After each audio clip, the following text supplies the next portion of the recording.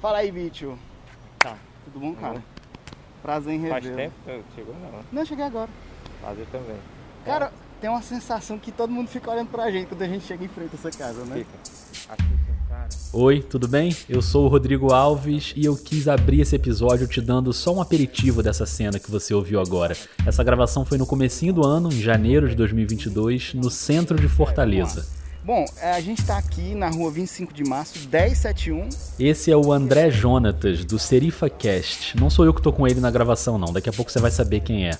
Mas eu e o André, a gente estava há algum tempo com essa ideia de fazer um episódio em parceria para lembrar a cobertura jornalística de um fato que até hoje parece ficção. O furto cinematográfico no Banco Central de Fortaleza em agosto de 2005. Você deve conhecer esse caso, tem filme, tem série, tem documentário, tem livro, mas só para te lembrar o básico da história. O bando, formado por 36 criminosos, alugou um imóvel próximo ao prédio. E o mais impressionante. Eles cavaram um túnel de 89 metros até o cofre do banco. Resultado, sem disparar nenhum tiro e sem que ninguém desconfiasse. Eles levaram mais de 164 milhões de reais. 3 quadrilhas participaram da ação, 2 de São Paulo e uma de Fortaleza. Basicamente é isso. Essa voz aí é da Larice Neves numa reportagem do SBT bem depois, em 2018. Mas qual foi a combinação que eu fiz com o André para recriar essa história em áudio? A gente se juntou para fazer a produção. O André, que é de Fortaleza, chamou para conversar com a gente 2 craques da reportagem que cobriram o caso pelo jornal O Povo, do Ceará. Oi todo mundo aí, eu sou Demetri Túlio, eu sou repórter especial do Jornal O Povo, trabalho há 26 anos na redação do Jornal O Povo aqui em Fortaleza, né? Tudo bem? Sou Cláudio Ribeiro, também sou repórter especial do Jornal O Povo, trabalho no Jornal O Povo desde 1995. Então o Demetri, o Cláudio, o André e eu fizemos uma chamada de vídeo que durou mais de 2 horas, passando por todos os detalhes daquela cobertura. E a gente fala muito, né? Eu vou dizer, a edição aí é pau, viu? A gente fala muito, cara. Mas era pra falar muito mesmo, a ideia era essa. Depois dessa conversa, com todo esse material na mão, o André foi pra um lado, eu fui pro outro e cada um montou o seu roteiro, cada um fez o seu episódio. E a gente não combinou nada, os 2 teriam liberdade pra pegar aquela gravação e montar a história do seu jeito. O episódio do Serifa Cast já tá no ar, eu quero muito que você escute. E esse aqui é o Duvida, o 4º episódio da temporada de 2022 da série Memórias. Como você já sabe, aqui a gente volta ao passado para reviver coberturas históricas conversando com quem esteve lá. Nessa leva nova eu já te carreguei para a Lua, depois para uma caverna inundada na Tailândia, How many of you? 13. Brilliant. e até para uma fazenda no interior do Rio de Janeiro para esperar o pouso de um disco voador vindo de Júpiter. Hoje eu vou te levar para dentro de um túnel subterrâneo que vai dar na caixa forte daquele que até então era considerado um dos bancos mais seguros do país. Vambora? O Vida de Jornalista tem o selo da Rádio Guarda-Chuva. Jornalismo para quem gosta de ouvir. Bom, a nossa história começa quando o estrago já está feito. Dia 8 de agosto de 2005, os funcionários do Banco Central de Fortaleza chegam para abrir o expediente na manhã daquela segunda-feira. A princípio tudo normal, semana começando, até que alguém percebe que a caixa forte estava toda bagunçada e o mais esquisito, tinha um buraco no chão. Alguma coisa grave tinha acontecido ali no cofre que guardava toneladas e toneladas de dinheiro vivo. Obviamente não demorou muito para essa notícia chegar num outro prédio bem pertinho dali, a uns 10 minutos de caminhada, a redação do jornal O Povo. A primeira informação que chegou na redação é que tinha havido um assalto ao Banco Central. Esse é o Demetri Túlio, eu quero que você vá se familiarizando com a voz dele e do Cláudio Ribeiro, que já vai entrar aqui na conversa. Os 2 já eram naquela época e continuam sendo até hoje repórteres especiais do jornal. É aquele repórter que não tem editoria definida e que entra para fazer as coberturas que vão além do factual.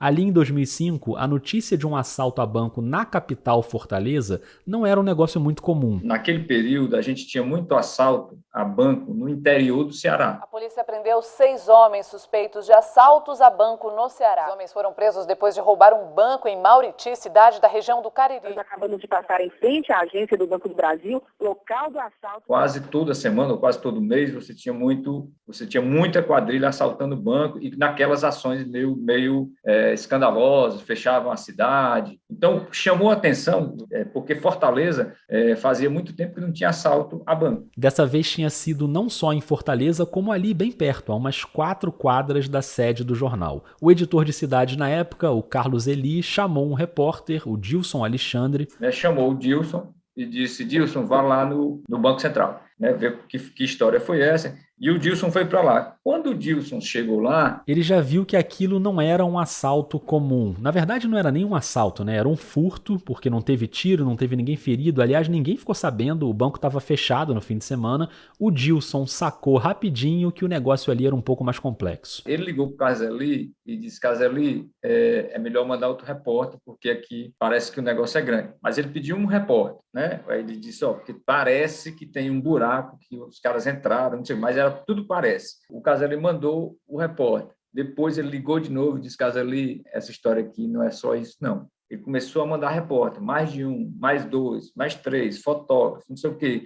Tinha que ter repórter no banco, repórter no buraco, repórter na Polícia Federal. O pai começou a mandar. Pronto, no meio da manhã já tinha equipe do jornal espalhada na rua e a redação se transformou. Viu-se a necessidade, se quebrou a editoria de cidade, se pegou a editoria de especiais, outros repórteres de outras editorias, e se formou, eu estou dizendo que não tinha esse nome formal, mas se formou uma editoria do assalto ao Banco Central. É claro que os repórteres especiais também foram convocados, é aqui que entra em cena a nossa dupla, o Demitri e o Cláudio. A editora chamou os dois e disse: vocês vão ficar na periferia da história, né? Enquanto o pessoal está no buraco, o pessoal está no banco, está no oficial da Polícia Federal, vocês vão ficar andando ao redor do perímetro lá do banco, né? Do buraco, da casa da 25 de março, e vocês vão assaltar. Mas o que o Demetrio está contando aí... chegou o Cláudio aqui na conversa para contar o que ele lembra daquele primeiro dia. O desenho desse início de cobertura, pelo silêncio da polícia, um silêncio necessário, porque era um silêncio de descobrir o caso, era que tudo era muito especulativo,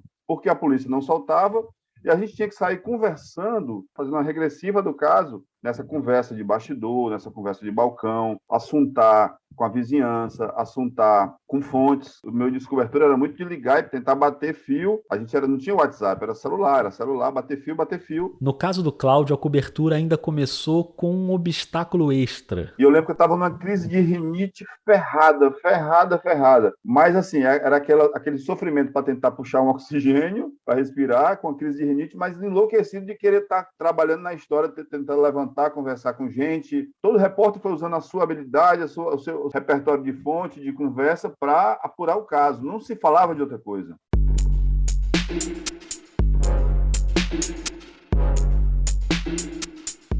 Você lembra que eu falei que a nossa história começou quando o estrago já estava feito, né? Quando o banco descobriu tudo na segunda-feira e a notícia chegou na imprensa.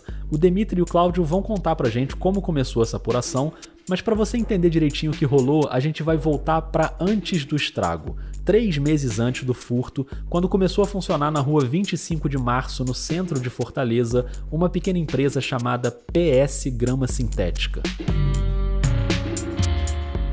Bom, a gente está aqui na rua 25 de março, 1071. Por isso que o André Jonatas foi para frente da casa agora, em janeiro, quase 17 anos depois do crime. Porque em 2005 aquela era uma casa verde com um portão branco, um toldo com um letreiro pequeno escrito grama sintética e umas graminhas desenhadas, só que ali dentro tinha tudo menos grama sintética.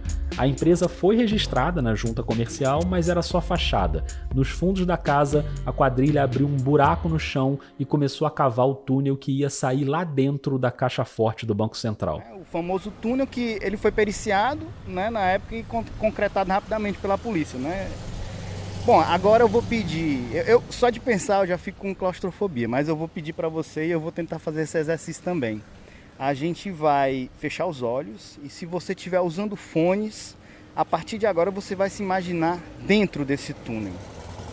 Bom, mas fica tranquilo porque tem iluminação tem ventilação e tem o jornalista Demetri Túlio, que está aqui comigo, gentilmente. A gente está num sábado, aqui de manhã, e a gente veio no endereço para te situar, né? Assim, te localizar geograficamente sobre essa questão. Vocês vão perceber que é bastante movimentado, porque a gente está, né, numa das principais avenidas de Fortaleza.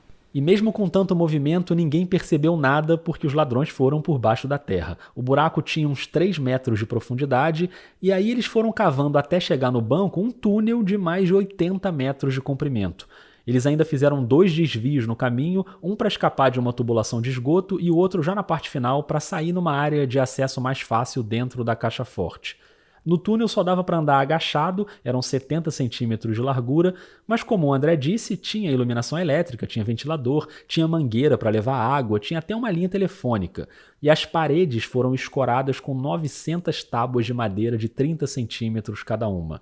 O pessoal da quadrilha trabalhava em turnos e nas horas vagas dava para sair, para relaxar, para ir à praia, tudo normal. Inacreditável essa história, né? Então vamos refazer esse trajeto, só que agora pela superfície onde ninguém desconfiava de nada.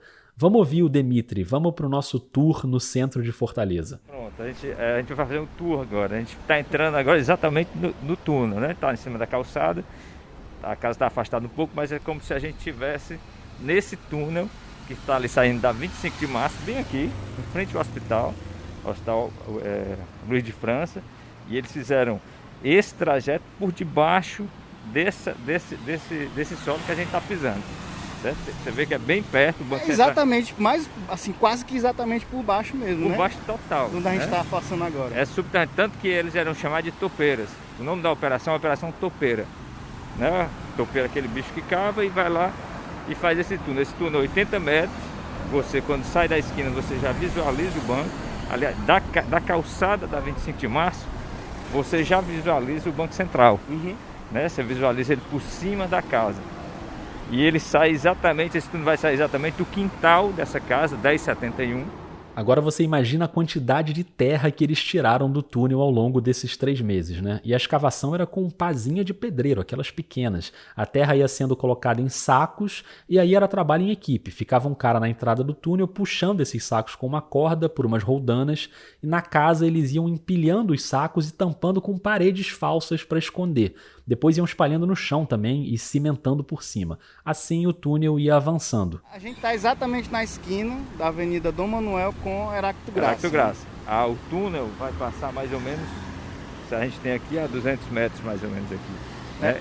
Ele vem por debaixo de lá, da 25 de março, atravessa esses 80 metros todos, atravessa a Dom Manuel, que é uma avenida hiper movimentada. Sim. Né? Eu acho que você deve estar percebendo aí, ouvinte, né? Que a gente está gravando em loco. Então, e é um sábado pela manhã, né? Bem cedo, porque 9h30 já tem uma grande movimentação. Aí você imagina isso todo dia na semana. Os dois foram percorrendo pela rua o mesmo caminho que o túnel fazia no subterrâneo. E a distância é bem curtinha, tipo uma quadra.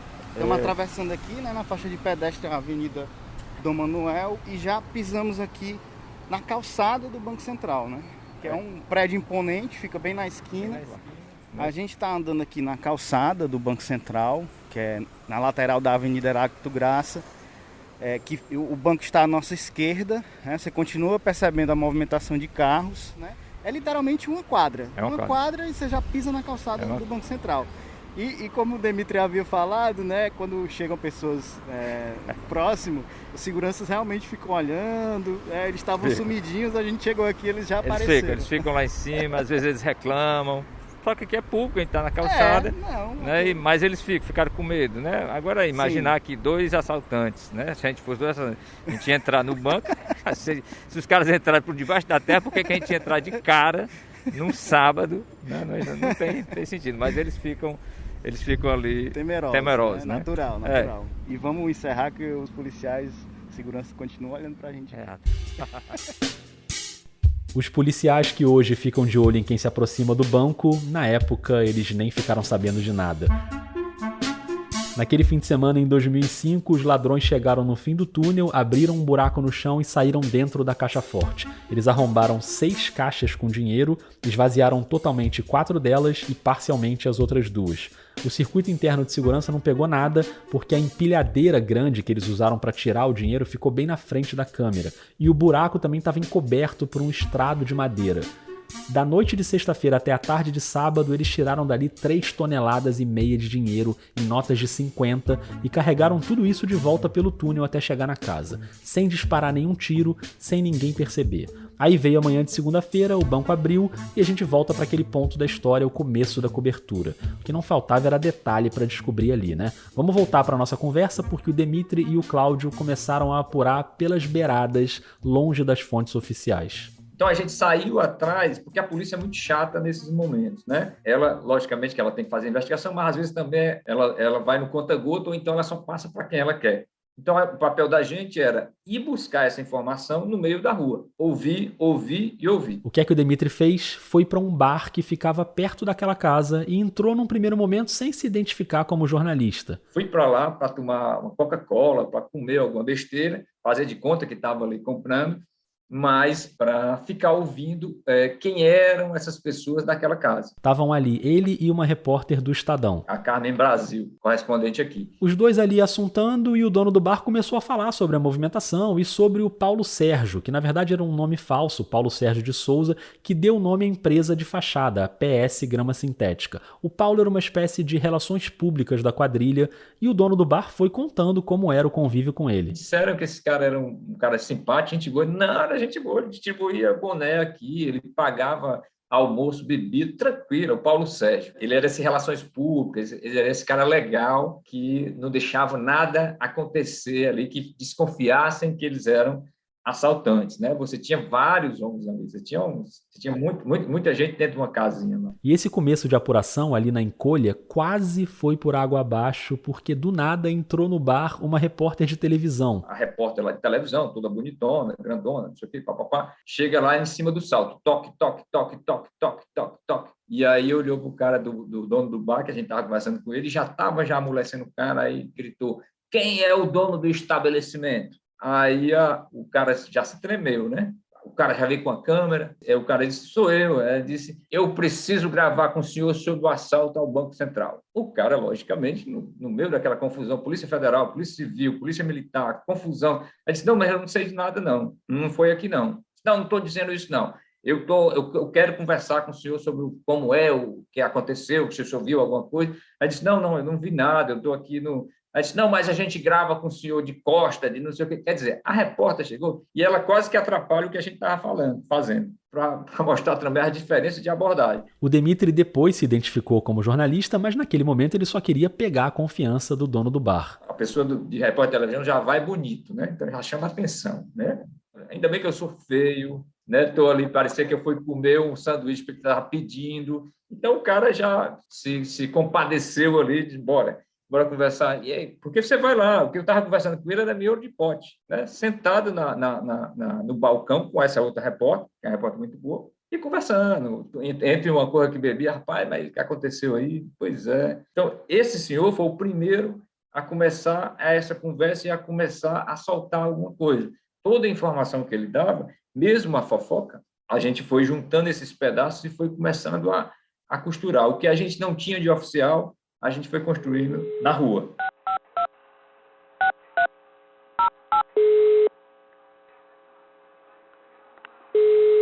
E olha, faz um favor para mim, só presta atenção que eu estou te falando. Isso tem que ser urgente, tá? O Beto tá disponível? Era para você e ele na papelaria comprar mais ou menos 1 quilo de liga, um caderno e... Só um caderno que as canetas tem aqui. E trazer só aqui na portaria, entregar para nós e ir embora. Que nós não estamos podendo sair. 1 quilo de liga? Dessas liguinhas de amarrar papel. E um caderno. E um caderno. Essa é uma conversa telefônica interceptada pela Polícia Federal às 4h11 da tarde do dia 27 de setembro de 2005, quase 2 meses depois do crime. O Antônio Edmar Bezerra, um dos cavadores do túnel, pede para a mulher dele comprar na papelaria aquelas ligas de plástico que são muito usadas para amarrar dinheiro, sabe? E ele tinha bastante dinheiro para amarrar, porque na casa do Edmar estavam 12 milhões de reais dos 164 milhões que a quadrilha tinha levado do banco.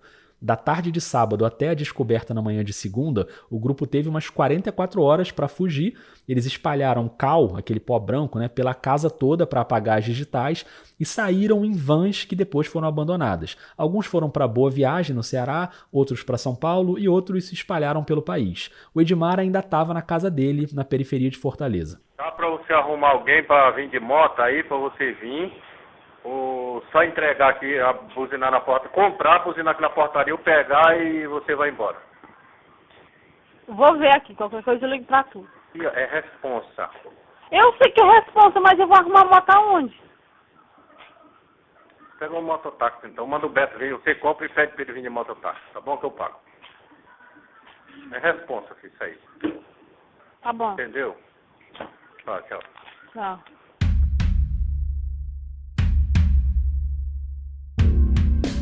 O Edmar não fazia ideia que o telefone da mulher dele estava grampeado. Nem deu tempo de ela ir na papelaria. No dia seguinte, os 5 criminosos foram presos.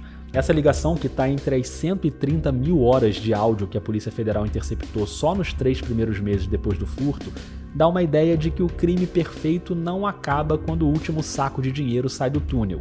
Eles tiveram cuidado de só levar as notas de 50 usadas, que já estavam circulando e não eram mais rastreáveis, e mesmo assim era preciso fazer a partilha e fugir com aquele dinheiro, até porque eram 36 pessoas de 3 quadrilhas diferentes, uma de Fortaleza e 2 de São Paulo. Foi justamente nessa fuga que apareceu a primeira pista logo nos dias seguintes à operação.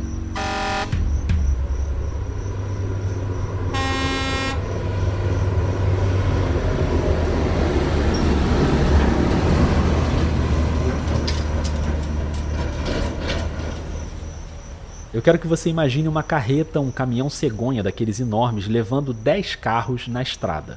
Essa carreta está indo de Fortaleza para São Paulo. No banco do carona, ao lado do motorista, está um homem chamado José Charles de Moraes. O Charles, dono de uma transportadora. O motorista da carreta achava que estava só fazendo mais um transporte. Ele não fazia a menor ideia de que os 10 carros tinham sido comprados pelo Charles numa revendedora chamada Brilicar por R$1 milhão à vista. Em uma das paradas na estrada, perto de Minas Gerais, já na noite de quarta-feira, 3 dias depois do crime, o motorista foi dar uma checada nos carros e notou umas notas de 50 saindo de dentro do forro do banco. Ele achou aquilo esquisito e não pensou 2 vezes. Encostou a carreta no próximo posto da polícia rodoviária. O motorista não sabia, mas o Charles sabia muito bem que dentro daqueles carros estavam escondidos R$6 milhões furtados do Banco Central, e ele foi preso. Então aqui a gente já tem os 2 primeiros nomes que aparecem. O Paulo Sérgio, que era o Relações Públicas, e o Charles, que comprou os carros para fazer esse transporte. O rosto que aparecia da quadrilha era do Paulo Sérgio, mas a primeira pessoa presa foi o Charles. Aqui, de novo, o repórter Cláudio Ribeiro. O motorista da carreta, o coitado saiu o rosto dele no jornal, em toda a imprensa do Brasil todo, porque ele estava dirigindo a carreta. Ele não sabia que ali tinha um monte de carro cheio de dinheiro dentro das portas dos pneus, dos porta-malas. Ele não sabia, mas aí foram criando as conexões. O Charles era de Boa Viagem, tinha um irmão que morava também em São Paulo e era envolvido com crime. O irmão dele era o Marcos Rogério de Moraes, o Rogério Bocão, um traficante conhecido em São Paulo ligado ao PCC, o primeiro comando da capital. E era primo do Alemão, o Alemão tinha conexões com outras quadrilhas, já tinha sido detento do Carandiru. O Alemão era o Antônio Jussivan, um criminoso bem conhecido no Ceará que foi um dos líderes e mentores do furto. No Carandiru tinha uma turma que já tinha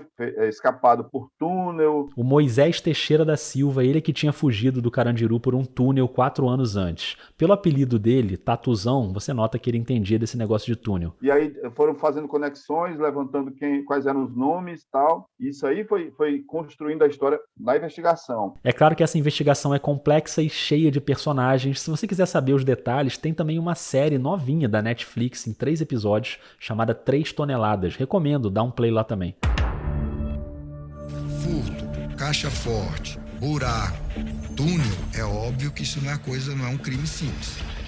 Porque aqui na série Memórias, como você já sabe, a gente conta a história, claro, mas o nosso foco é a cobertura jornalística, é saber como é que se cobre um caso gigantesco como esse. Então vamos voltar para a cobertura, porque a partir da prisão do Charles, a equipe do jornal O Povo conseguiu descobrir uma segunda casa usada pela quadrilha, além da casa de onde saía o túnel. Uma informação que a polícia ainda não tinha. O jornal chegou nessa informação a partir de um bizu dado por uma pessoa próxima a gente. Ela disse, a pessoa que trabalha aqui em casa, Demite e Cláudio, essa pessoa viu lá no sábado uns caras estranhos nessa casa vizinha e era uma movimentação de carro, tal, o pessoal estranho, bem esquisito, e eram vários homens, e no outro dia a casa ficou em silêncio. Quando o Charles foi preso na carreta, apareceu na TV, nos programas policiais. E ela, nesse programa policial, estava todo mundo falando sobre o Banco Central, ela vê o Charles na prisão, na hora que ele é preso, na carreta, e ela chega e diz, esse homem mora vizinho aqui. Ela disse pra gente, e a gente apostou. Era uma coisa que poderia não ser nada. A gente foi ao local. Era longe da outra casa, Demetrio? Muito longe, muito longe. Era um bairro muito distante, num bairro de classe média alta. E fui no carro do jornal, e quando a gente chegou lá, nesse endereço, e eu fiquei na porta, olhando como é que poderia dizer que essa casa era ou não era, enfim, porque eu não podia invadir a casa, né? Porque aí eu estava cometendo um crime. Eu tinha arame também. Né? Não vou dizer para você que também não ia ficar em cima do muro olhando para lá e para cá. Ia. Repórter vai, né? Mesmo depois você leva uma porrada, mas você diz, meu Deus, foi o que eu fiz. Mas você vai. E você está com sangue, o sangue está fervendo, a história está ali na sua cabeça, você quer apurar, você quer descobrir. E eu fiquei na porta, fiquei lá olhando o que é que eu ia fazer, fiquei subindo a árvore, inclusive tinha em frente. Aí chegou o carteiro chegou e estava trazendo uma correspondência, não sei se era a Veja, era alguma revista. E na revista tinha o nome do irmão, que era do Rogério... Marcos Rogério. Era o mesmo sobrenome. E já tinha saído o nome do Rogério como uma das pessoas que seria o ligação com São Paulo, com o PCC de São Paulo, e que era esse articulador entre São Paulo e Ceará. Não pode ser outra história. Aí subi na árvore de novo, fiz a foto, os carros estavam lá, e a gente bancou. Esses carros também tinham sido comprados pela quadrilha, além daqueles 10 que tinham sido apreendidos na carreta. Alguns foram na cegonha, né? Outros estavam nessa casa, porque também houve a divisão do dinheiro, né? Esses carros foram comprados para lavar o dinheiro, logicamente, mas para levar esse dinheiro, porque eles arrancaram as áreas internas, né, das portas, enxertaram esse dinheiro nos carros e deixaram esses carros recheados. Fecharam tudo. E eles passaram a ser carros normais. A Polícia Federal amanheceu lá na porta da casa, esperando o juiz conceder um mandado de busca e apreensão para vistoriar a casa. Então, o jornal saiu com a informação antes da polícia. Quando a Polícia Federal chegou na casa com a ordem judicial e entrou, eu não me lembro bem quantos carros tinham lá, mas tinha mais de 2, tinha uma Pajero, eles abriram e os carros, as portas principalmente, estavam cheios de dinheiro. Jorrando dinheiro. Um dinheiro que os próprios ladrões tiveram que se segurar para não sair gastando. Alô? E aí, irmão? Tem jeito, hein, cara? Tô tentando me segurar, mas tá foda. Por quê? Porque tá foda. O que foi? Eu vou explodir, cara. Por quê? Porque eu vou comprar, caralho. Vai o quê? Eu vou comprar, porra. Vai comprar? Porra. Esse é um dos criminosos, o Anselmo Oliveira Magalhães, o Cebola, ligando pro alemão. Mas não é o alemão chefe da quadrilha, não. É um amigo do Cebola, o Márcio Markoski, que também tinha o apelido de alemão, só pra confundir a gente. Enfim, o Cebola estava ansioso pra gastar o dinheiro e desabafou com um amigo. Eu tô tentando me segurar, eu queria me segurar até ano que vem, mas tá foda. Beleza, depois a gente fala. Né, viado? Hã? Não aguenta, né? Não tô aguentando, cara. Beleza, depois se fala. Falou, tchau. Tchau.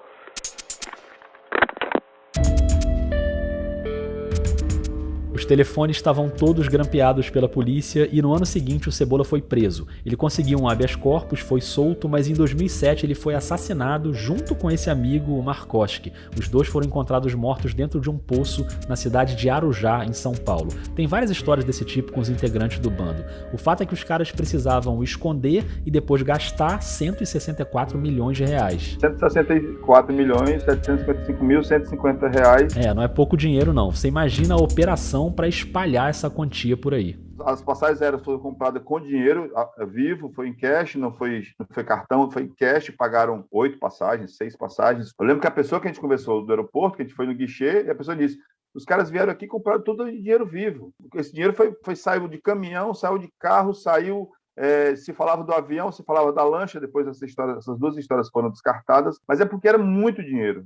Você volta nessa história o tempo todo, esse imaginário da cidade era isso, porque eles entraram num lugar que era considerado inviolável, nunca tinha sido passado por nenhum tipo de problema, só quem entrava lá era gente de segurança, e de repente você, por um buraco por baixo da terra, você tira um monte de grana. Para mim, como repórter, como cidadão, eu achava que o Banco Central era a caixa forte do tio Patinhas. Impenetrável. Lamento, meninos, mas os operários estão instalando uma nova combinação na tranca da minha caixa forte. E eu tenho que estar seguro de que meu dinheiro faça jus ao seu valor.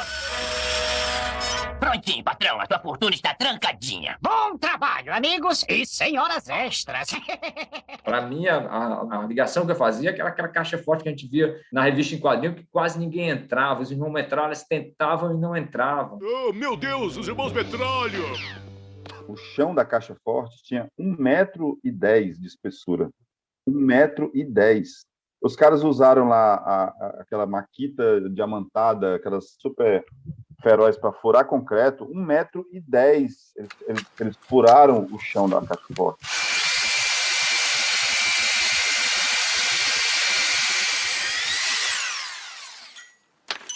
Era um lugar, assim, em tese, inviolável, realmente. Mas eles tinham informações privilegiadas de saber que naquele local onde eles cavariam estariam como é que chama? Os gradis com cédulas que seriam descartadas. Eles sabiam que naqueles dias o banco estava num projeto de reformulação interna, como é que chama? De obras internas. E aí os sensores naquele horário estavam desligados, tanto que não dispararam. Naquele ponto exato não tinha câmera apontada, eles podiam sair dali. Eles andaram por trás das grades onde estavam as cédulas e conseguiram esvaziar essas grades com dinheiro de um jeito que não conseguiram ser vistos. Eles conseguiram muita informação privilegiada. Você está trabalhando aí com um planejamento empresarial. É um investimento. A diferença é porque ele é marginal, né? Da margem da legalidade, das leis, não sei o quê, né? Então, mas ele é espetacular. Ele tem um planejamento prévio. Os caras se sentaram para discutir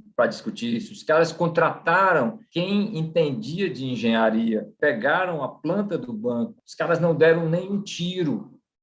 Não teve nenhuma morte. Até aqui, estou falando do assalto, depois é outra coisa. Mas até aqui não teve nenhuma morte. Eu crio núcleos. Eu tenho o núcleo São Paulo, eu tenho o núcleo Fortaleza, eu tenho o núcleo Boa Viagem, que era então a família do alemão e dos irmãos. Eu tenho outras pessoas agregadas, eu chamo outros operários para essa empreitada. O cara do PCC lá dá 800 mil para o investimento na história. Esse cara do PCC é o Luiz Fernando Ribeiro, o Fernandinho de São Paulo. Ele faz esse investimento inicial para bancar o aluguel da casa, a contratação das pessoas, comprar comida, enfim. E depois ele teria ficado com 25 milhões. Inclusive, parte da lavagem do dinheiro é feita na região de Presidente Prudente, comprando imóveis ali naquela área, que é uma área de atuação forte do PCC. O Fernandinho, poucos meses depois do furto, ele foi sequestrado e assassinado, executado com 7 tiros.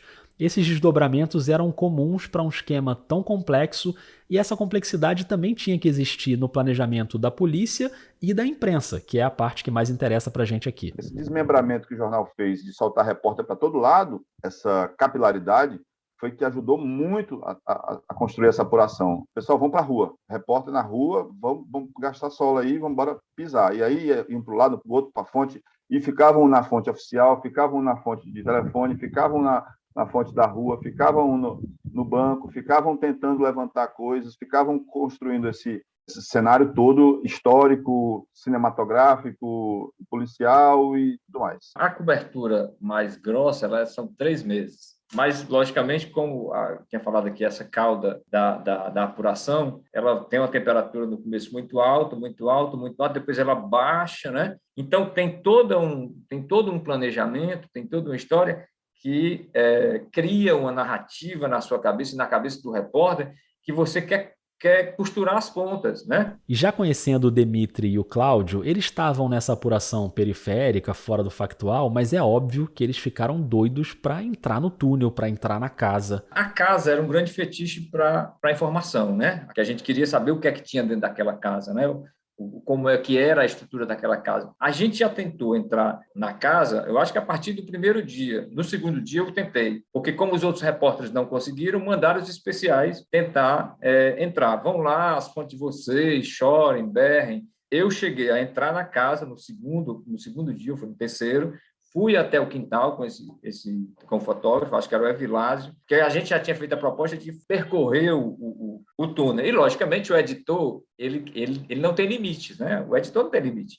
Um parêntese aqui para dizer que essa frase é muito boa, né? E muito verdadeira. Ele vai dizer, percorra o túnel e vamos fazer um infográfico e vamos ponto a ponto. Aqui tinha um ventilador, aqui tinha tinha uma colher, aqui tinha não sei o quê, aqui dava a coluna, aqui...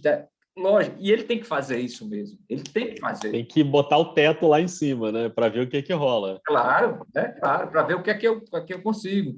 E a gente, como repórter, né, eu, Cláudio e os outros que estavam lá, a gente tem que ir até esticar a baladeira.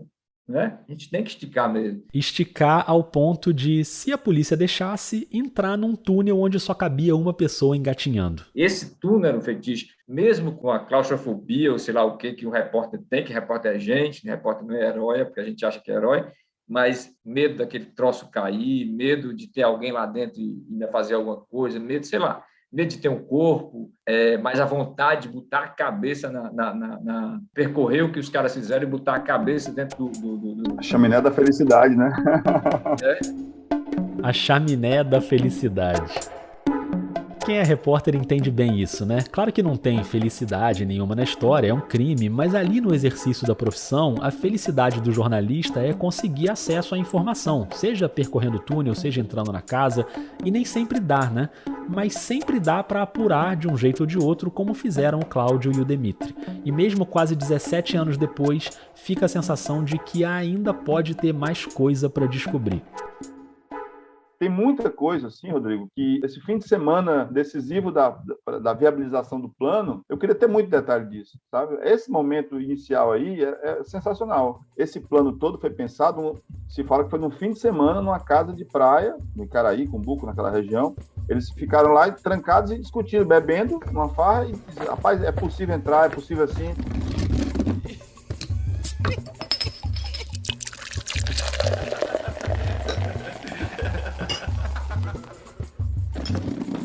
E desse bizu, que é o vigilante, chama Deus Maqueiroz, já falecido, né? Que era o vigilante terceirizado, ele que levou o bizu pro alemão. E o alemão levou o bizu para a quadrilha e o PCC se interessou e virou um grande plano. Que talvez a história tenha gente que não apareceu, que nunca a polícia nem chegou a esse nome. Deve ter, e talvez o alemão solte esse nome um dia, na aposentadoria dele, ele vai lá e conta a história, a grande história que não contada. Vai chegar esse momento, eu torço que chegue no jornal, fora do jornal, onde seja, mas jornalisticamente é uma área que a gente ainda quer prospectar ali, alguma coisa, sabe? Sem falar nas histórias que aconteceram depois do crime, né? Dos 164 milhões, só 1/3 foi recuperado. Falam em 53 milhões, 50 milhões, 40 milhões. Dos 36 integrantes conhecidos da quadrilha, 26 foram presos, alguns foram soltos, alguns fugiram, alguns morreram, e é lógico que com tanta gente envolvida, a coisa começou a sair do controle. É que é o crime perfeito, só que foi depois sendo destruído por mortes internamente, por extorsões policiais, por sequestros, por roubos entre eles. Então, eles começaram a se autodevorar. E a polícia virou também policiais, não a polícia, policiais, investigadores do caso ou não, viraram também bandidos dentro da história, começaram a extorquir e tomar dinheiro da quadrilha. O cara participa de um grande caso, aí ele foge com seus, sei lá, 2 milhões, 5 milhões, sei lá quanto é que foi a cota de cada um. E a polícia sabe que aquele cara ali participou, ele tem lá, rapaz, você me dá, ou vou sequestrar aqui a sua irmã, o seu irmão, e vou bater, se você não me der o dinheiro. O policial passou a agir como bandido. E os bandidos também, se tomando o dinheiro do outro, vários familiares foram usados como laranjas para lavar o dinheiro, foram sofrendo sequestros.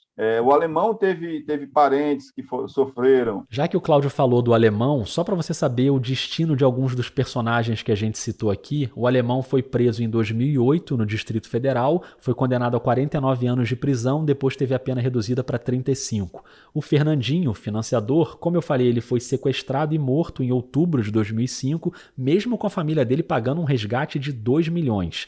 O Moisés, o Tatuzão, lembra? Foi preso em 2009, condenado a 17 anos, depois a pena foi reduzida para 2 anos.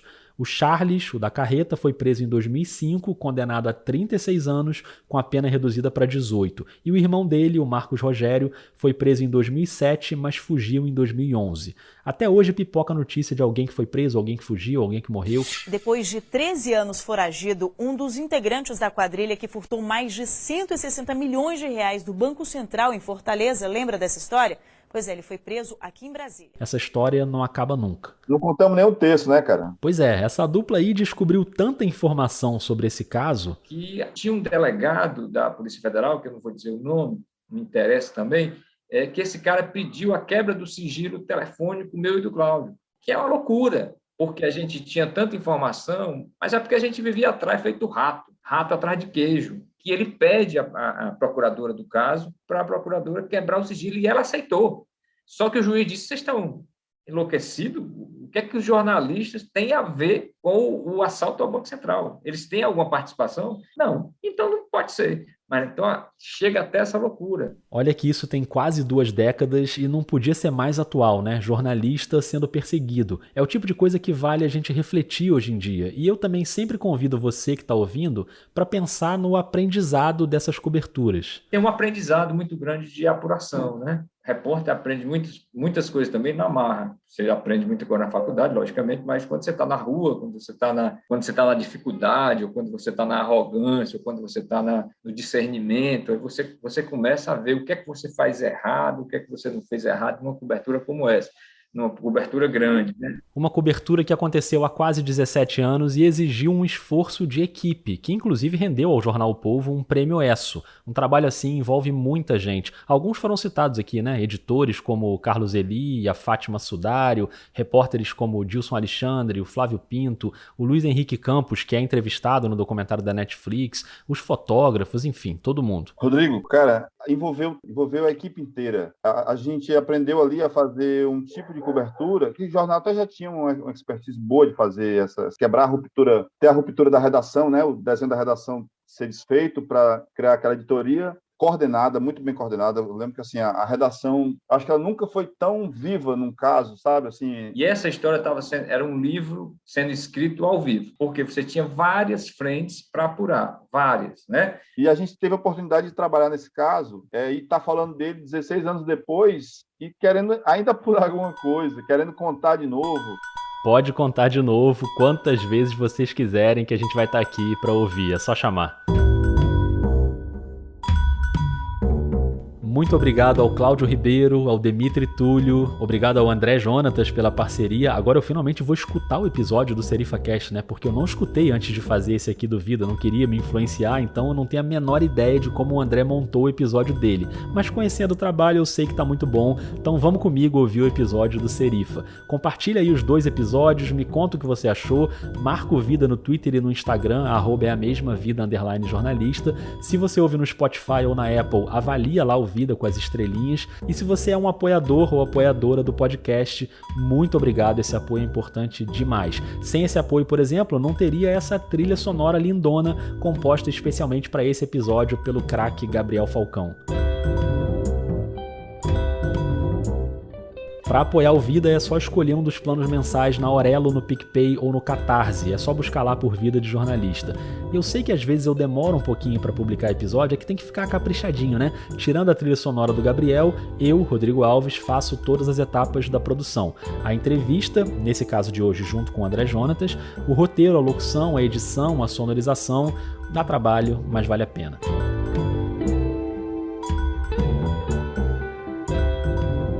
A série Memórias ainda tem mais um episódio vindo aí, especialíssimo, com Cílio Bocaneira contando como foi a clássica cobertura da queda do Muro de Berlim. Até lá você sabe que os podcasts da Rádio Guarda-Chuva estão ferozes nas atualizações. Tem temporada nova do Põe na Estante, do Afluente, tem Rádio Escafandro, tem Finitude, tem Dissidente, tem Pauta Pública. Pode ir lá para fazer a festa. Por fim, só para registrar, hoje você ouviu aqui áudios da Polícia Federal, aquelas 2 ligações telefônicas, e também da NASA, né, lá no comecinho, da Netflix, do SBT, da TV Verdes Mares, que é afiliada da Globo no Ceará, e do desenho do Tio Patinhas da Disney. É isso, obrigado, um beijo, um abraço e até a próxima.